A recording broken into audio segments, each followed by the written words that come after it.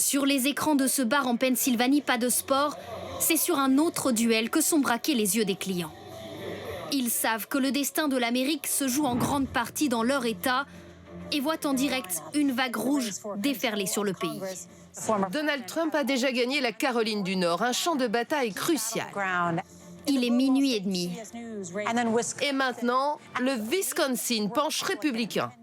L'un après l'autre, les États clés sont raflés par Donald Trump. Les républicains et Donald Trump sont en train de passer une très bonne nuit.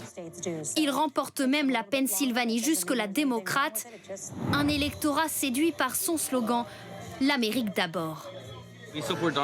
On a voté Trump parce qu'il soutient les anciens militaires et il veut fermer les frontières.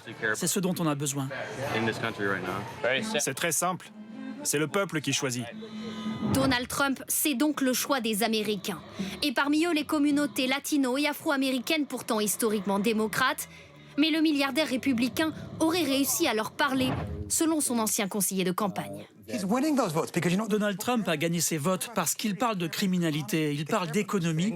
Il n'est peut-être pas le messager parfait, mais le message résonne. Les derniers sondages avaient pourtant donné Kamala Harris gagnante d'une courte tête. Mais il restait une inconnue. Qui irait réellement voter? En Géorgie, ces démocrates déconfits s'interrogent sur la mobilisation de leur électorat. Plusieurs personnes aujourd'hui m'ont dit qu'elles n'avaient pas l'intention de voter. Et ça me brise le cœur. Au moins 71 millions d'électeurs américains ont voté Donald Trump. Le dépouillement total n'est pas encore terminé. Brigitte Hadès, comment vous expliquez-vous cette victoire? On entend dans le reportage que Donald Trump a touché un électorat, par exemple afro-américain et latino. Est-ce que c'est le cas? Oui, bien sûr, parce que ce qui nous a surpris, nous, mais ce qui est très explicable, c'est qu'en fait, ils raisonnent beaucoup, les Américains, avec leur portefeuille. Et il a promis, Donald Trump, des choses que j'espère qu'il tiendra, mais ça m'étonnerait qu'il puisse, d'aider ces gens-là, les gens les plus démunis. Il y a beaucoup de gens qui gagnent le SMIC, mais qui ne peuvent pas se loger. En Californie, ils ont $2000. C'est pas si mal, $2000, mais ils ne peuvent pas se loger, ils habitent dans leur voiture. Donc ces gens-là sont prêts à faire sauter la baraque, ils préfèrent quelqu'un leur promette des choses, même s'il ne peut pas les tenir. Et autrement, les Afro-Américains, il les a vraiment caressés dans le sens du poil, dans le sens de la virilité, de machisme, tout ça, qui sont des choses qui fonctionnent. Et puis alors les Latinos, qui sont très religieux finalement, et qui sont assez machos, finalement ça allait très bien, le discours fonctionnait très bien. Et puis on a sous-estimé, on a pensé que les femmes allaient voter beaucoup plus pour Kamala Harris. Et finalement, les Américains ne sont peut-être pas prêts non plus pour élire une femme, et en plus dans des minorités. Philippe Etienne, vous êtes ancien ambassadeur de France aux États-Unis. Pour vous, quelles sont les clés de cette victoire de Donald Trump? Pour moi, la clé, enfin la raison principale, c'est que, alors qu'il y a 4 ans, il était le sortant, et il a assumé devant les électeurs, notamment la gestion de la pandémie du Covid, là, il était l'opposant. Et dans nos démocraties, souvent, ces temps-ci, regardez les élections au Royaume-Uni ou ailleurs, le sortant est très impopulaire. Et, donc c'est cette position de challenger qui lui a profité? Ah oui, très nettement. Ensuite, d'autant plus que Kamala Harris était dans une situation très difficile. Elle a fait une bonne campagne, mais elle était à la fois... Très courte. D'abord, elle a eu peu de temps, et puis ensuite, elle devait se présenter à la fois comme la candidate du changement de génération, mais en assumant l'héritage impopulaire, à juste titre ou de manière injuste, peu importe, du mandat de Joe Biden. Donc, pour moi, c'est la principale raison, et cette raison est appuyée sur les éléments économiques surtout, effectivement. C'est d'ailleurs un peu ironique, parce que cette inflation qui a baissé, mais dont l'effet se sent encore dans la vie des Américains, elle vient d'où? Elle vient justement du Covid, de la reprise du Covid. Donc, vous voyez, il y a un cycle entre les élections de 2020 et 2024. On va revenir évidemment sur tout ça dans le détail, mais je voudrais qu'on aille sur le terrain, évidemment, pour retrouver notre envoyée spéciale, Diane Schlinger. Bonjour, vous êtes à Washington. Quel est le programme désormais de Donald Trump? Eh bien oui, Donald Trump a été élu président, mais il ne va pas tout de suite revenir à la Maison-Blanche ici à Washington. D'abord parce que dans les prochains jours, tous les bulletins vont être comptabilisés pour que le décompte soit officiel. Et ensuite, même c'est une formalité, les grands électeurs républicains vont devoir voter pour lui début janvier. Joe Biden va donc rester 2 mois supplémentaires ici à la Maison-Blanche jusqu'au jour de l'investiture, le 20 janvier prochain, jour où Donald Trump va prêter serment sur la Bible et redeviendra président. Entre-temps, eh bien, il va constituer ses équipes, commencer à travailler sur différents dossiers. Hier, on l'a vu aux côtés de Elon Musk qui a dit qu'il se verrait bien devenir conseiller à la rentabilité du gouvernement. Traditionnellement, le président, donc ici Joe Biden, invite son successeur à la Maison-Blanche pour discuter. Mais est-ce que Joe Biden va le faire au vu de cette campagne particulièrement agressive, étant donné aussi que Donald Trump n'était pas venu à son investiture en 2021? Cela reste à voir. Une autre inconnue dans l'agenda des prochaines semaines, c'est la date du 26 novembre. Normalement, ce jour-là, Donald Trump devait se rendre à la cour pour recevoir sa sentence dans une affaire de paiement dissimulé à une actrice du porno. Eh bien, il a été condamné dans cette affaire, il devait recevoir cette sentence, mais maintenant qu'il a été élu avec les pleins pouvoirs, est-ce que cette sentence va bien être maintenue? Cela reste à voir. Merci beaucoup Diane Schlinger, merci à vous, notre envoyé spécial depuis Washington. Nous a rejoint sur ce plateau Grégory Portet, bonjour, professeur spécialiste de droit constitutionnel américain. Est-ce qu'on peut dire que c'est une victoire démocratique dans le sens où les Américains se sont visiblement beaucoup rendus aux urnes et que cette victoire de Donald Trump est assez large finalement comparativement à ce qui était annoncé? Au sens instrumental, oui, au sens où effectivement il y a eu une participation que étant professeur et par ailleurs de contentieux constitutionnel. Parce qu'on avait annoncé que effectivement Donald Trump pourrait faire des recours, avait préparé des démarches si la victoire était très serrée, de contester. Là, il n'y a pas de contestation possible. À ce titre-là, on peut se dire que c'est une chance que cette élection, puisqu'on n'était pas sûr que les institutions américaines allaient amortir le choc d'un nouveau 6 janvier, peut-être une crise. Et on avait vu d'ailleurs dans la littérature américaine et dans les littératures françaises, un certain nombre de spécialistes s'inquiétaient de est-ce que les institutions américaines sont prêtes à faire face à une nouvelle crise. Donc oui, c'est effectivement une victoire pour la démocratie au sens de l'élection. Après, la question qui se pose réellement, c'est est-ce que dans la mise en œuvre de ce pouvoir, c'est démocratique? Et je dirais une chose qui est assez simple, c'est la séparation des pouvoirs, c'est quoi? C'est l'idée d'un équilibre entre un exécutif, un législatif et un judiciaire. C'est un alignement, ici, entre le président, le Congrès et la Cour suprême sur une ligne politique qui est clairement trumpienne, clairement conservatrice. Et ça, c'est la vraie question. C'est comment est-ce que des contre-pouvoirs, s'ils apparaissent, vont pouvoir s'exercer pour équilibrer le pouvoir. Ça, c'est la vraie question. Alors, je vous propose qu'on aille voir un petit peu dans le détail, puisque vous le savez, c'est une élection qui se joue par État, par grands électeurs. On va retrouver Alexandre Hébert. Alexandre, où est-ce qu'on en est du dépouillement? Est-ce qu'on est proche de la fin des résultats finaux?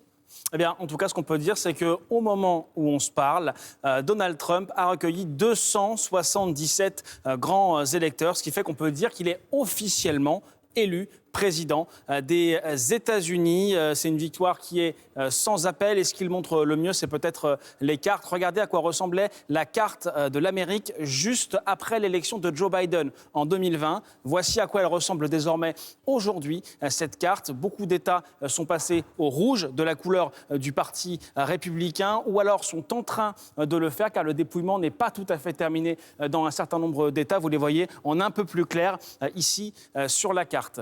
Un certain nombre d'États ont permis cette victoire, ont fait basculer cette élection en faveur de Donald Trump. On pense par exemple à la Pennsylvanie qui a apporté 19 grands électeurs à Donald Trump. On peut aussi citer le cas de la Géorgie qui a été l'un des premiers États à basculer cette nuit, à passer des démocrates aux républicains, qui a donné 16 grands électeurs à Donald Trump. Un peu plus tôt ce matin, c'était le Wisconsin avec ses 10 grands électeurs. Et cette tendance, eh bien, on la retrouve dans la plupart des swing states, y compris dans ceux où ça n'est pas encore dépouillé. On pense par exemple à l'Arizona avec ses 11 grands électeurs qui devraient normalement revenir à Donald Trump. Pareil pour les 6 grands électeurs du Nevada. Et puis c'est pareil pour le Michigan. Le Michigan où le dépouillement est quasiment terminé et où la tendance est claire. C'est Donald Trump qui devrait remporter ses 15 grands électeurs et donc victoire sans appel. Alexandre, les électeurs votaient aussi hier pour le Sénat et la Chambre des représentants. Absolument. Alors au Sénat, il n'y a pas vraiment de débat. Voici à quoi il ressemblait en 2022 lors de la précédente élection. 49 républicains, tout autant de démocrates et puis 2 indépendants au milieu. Voici où on en est aujourd'hui des résultats de l'élection. Au moins 51 sièges d'assurés pour les républicains. Ça veut dire qu'ils vont effectivement contrôler ce Sénat. Et puis pour l'autre chambre qui est la Chambre des représentants, il y a encore un petit peu de suspense entre guillemets. En 2022, il y avait 222 républicains qui donc contrôlaient cette chambre. Selon le premier résultat, on est aujourd'hui à 197 républicains élus, 197 sièges pour les républicains. Pour contrôler la Chambre, il en faut 218. On n'en est donc pas très loin. Il reste tout de même 59 sièges en attente. Ça pourrait peut-être encore basculer du côté des démocrates, mais ça va être très compliqué pour eux. Merci beaucoup Alexandre. Merci Alexandre Hébert pour toutes ces précisions et ces chiffres. Philippe Etienne, on l'a vu tout à l'heure, Alexandre nous le disait à l'instant, Donald Trump a fait un grand chelem au niveau des swing states. C'est les États qu'on regardait évidemment qui pouvaient faire basculer cette élection. Il les a tous remportés. Qu'est-ce que ça dit de cette Amérique ?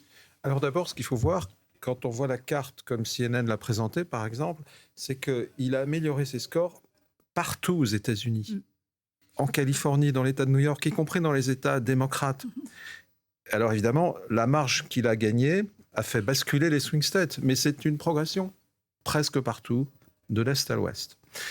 Et donc, ce que cela veut dire, c'est que, en fait, il y a, et on en revient à ce que vous disiez, de nouveaux électeurs qui sont très au clair sur les défauts de Donald Trump, qui, à la limite, n'écoutent même plus ce qui les outrance, mais qui ont jugé que c'était le candidat qu'il leur fallait, notamment sur la question du pouvoir d'achat, et puis aussi sur d'autres sujets, sur peut-être la paix dans le monde. Il a su, d'une certaine manière, les intéresser à ses plans internationaux, et bien sûr l'immigration.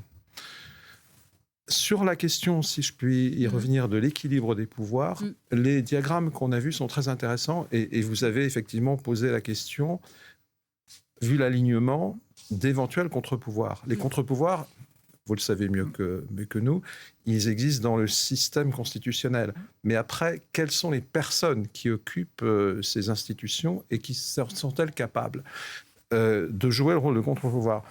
J'appelle votre attention sur la composition du Sénat. Si les républicains sont dans la même situation que les démocrates dans le Sénat sortant, avec une très petite majorité... Oui, on a vu deux...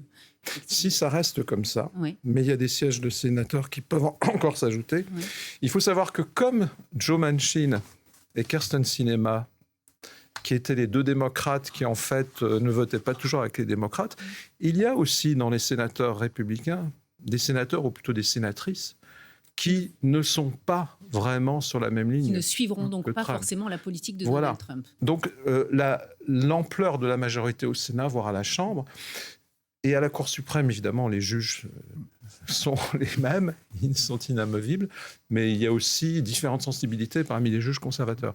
Donc il faut voir comment ce système va se mettre en place. Il peut être très, très monocolore, très trumpien.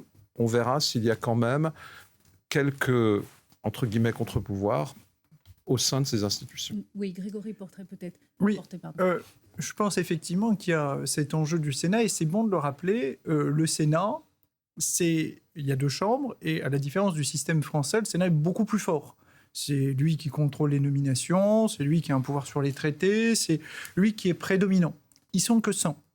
Alors, ce qu'il faut comprendre aussi, et vous le disiez très justement, c'est 100, c'est bien et c'est pas bien. C'est bien parce que ça permet effectivement de représenter, c'est pas bien parce que ça permet quand même, pour un exécutif qui souhaite tenir à la culotte chacun des sénateurs, c'est beaucoup plus facile. Le pouvoir est beaucoup moins diffusé.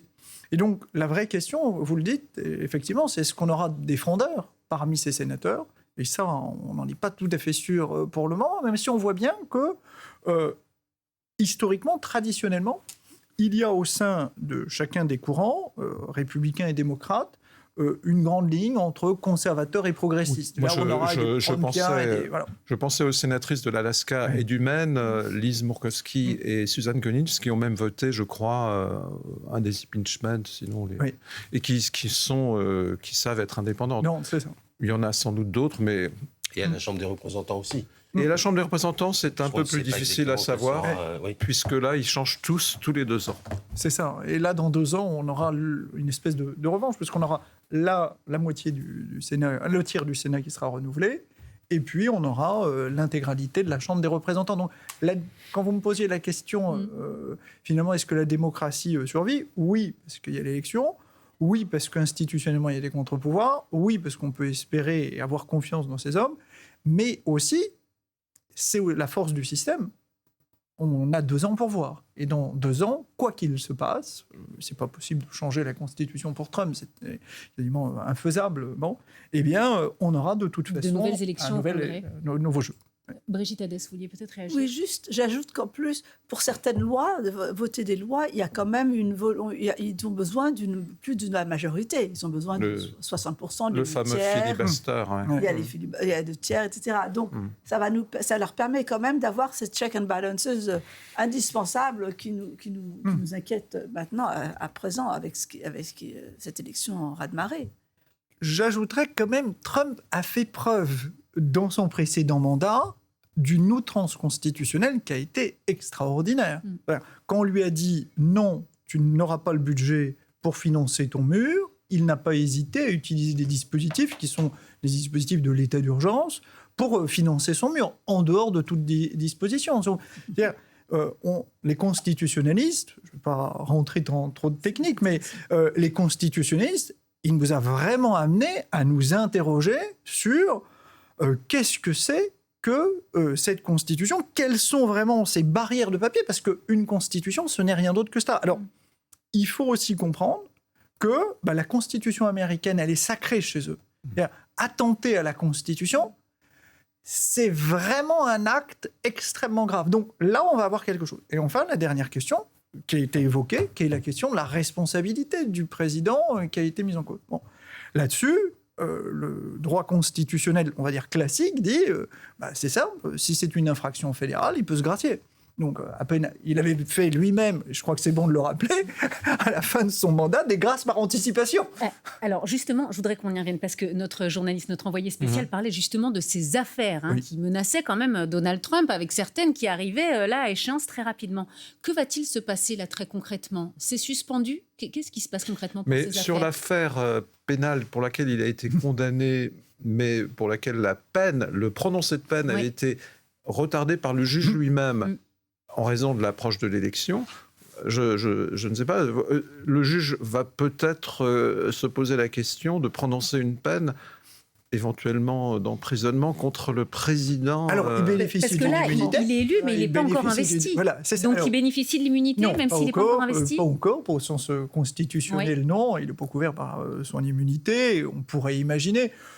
Très honnêtement, c'est un scénario qui est très théorique. C'est peu probable d'imaginer, de le poursuivre. Et puis, je crois que c'est bon de le rappeler, la Cour suprême a rendu en juillet, juste avant, une espèce de blanc-seing pour le président sortant en disant il bénéficie d'une immunité. Pour les actes de ses fonctions. De son mandat présidentiel. Donc, si on fait une interprétation, parce que c'est toujours très dur d'interpréter la jurisprudence de la Cour suprême, parce que c'est très factuel. C'est-à-dire qu'à la différence de chez nous, on dégage un grand principe, on en déduit, voilà, c'est ça le cadre. Là, c'est lié énormément fait. Enfin, si on en fait une analyse, c'est très simple. Il doit bénéficier encore de cette immunité, au moins jusqu'à son entrée en mandat. Puis après, il a son immunité constitutionnelle. Donc, alors, est-ce qu'on pourrait imaginer que dans ce cadre, on envisage une destitution? Ça me semblerait excessif. Juste après le vote des Américains. Oui, c'est ça, qui est très large. Après, il y a... Ce qu'on disait hier sur ce plateau, que c'était quand même pour Donald Trump la Maison-Blanche ou la prison quand même. Oui, voilà. Donc, là, il a tiré la bonne carte. Voilà, c'est écarté pour un moment. On peut l'effacer. Et puis, il faut aussi se souvenir de ce que disait Donald Trump et ses affidés, c'est-à-dire il est temps de faire un grand ménage. Et le grand ménage, c'est au sein des fonctionnaires, c'est au sein d'un certain nombre de corps constitués. Et donc ça aussi, ça peut être un petit peu intimidant pour des juges qui auraient des velléités de poursuivre Donald Trump en justice. Je pense à l'affaire de la Géorgie, par exemple, qui n'est pas une affaire fédérale, donc pour laquelle il n'a pas d'amnistie possible. L'affaire de la Géorgie, c'est quand Donald Trump avait essayé d'acheter des voix en 2020 pour gagner, pour se faire élire. Donc voilà, maintenant, effectivement, cette épée de Damoclès du grand nettoyage, ça va freiner quand même quelques velléités. Je voudrais qu'on revienne là. On parle de Donald Trump, qui l'a emporté, donc qui va devenir le 47e président des États-Unis. Je voudrais quand même qu'on dise un mot de Kamala Harris, qui ne s'est toujours d'ailleurs pas exprimée. Est-ce que ça, cette parole qui se fait attendre, c'est normal? Il faut qu'elle attende, Brigitte Hadès, la fin des résultats définitifs pour prendre la parole? Ou il faut l'interpréter comment il faut l'interpréter?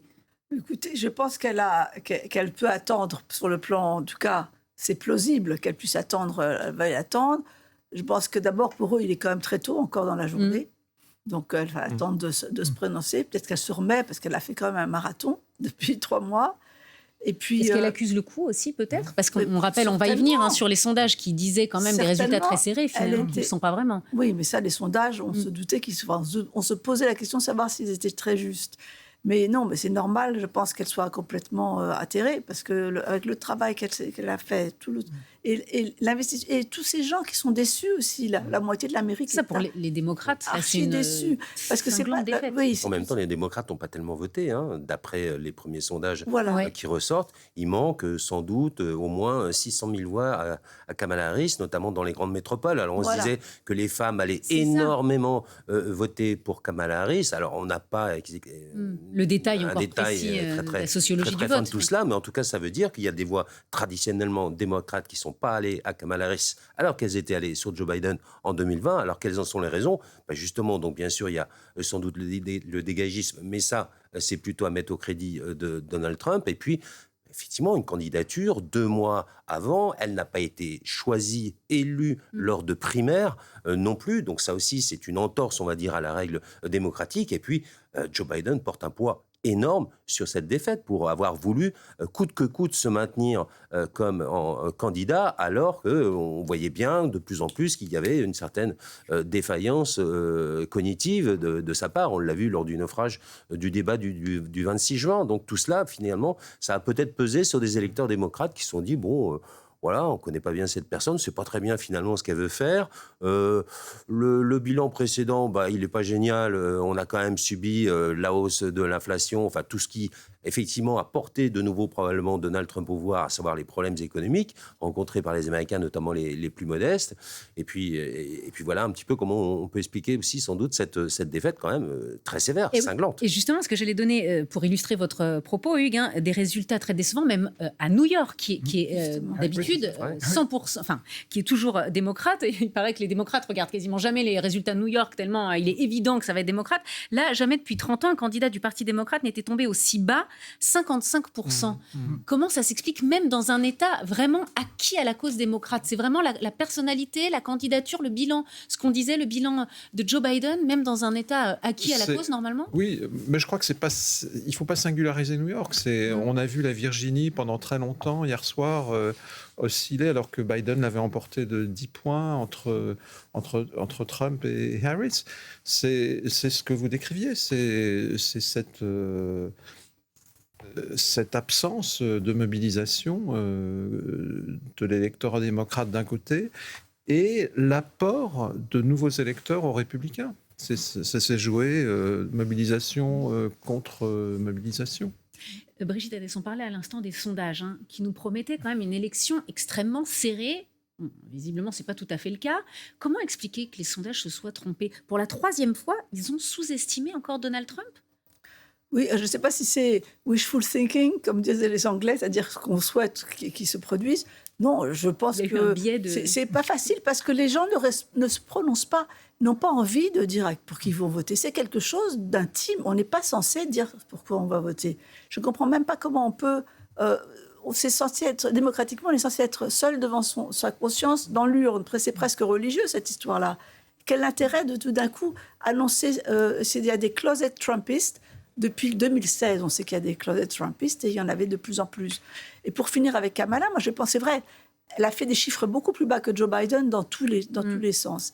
Mais il faut voir que Trump, même en 2020, avait augmenté ses chiffres par rapport à 2016.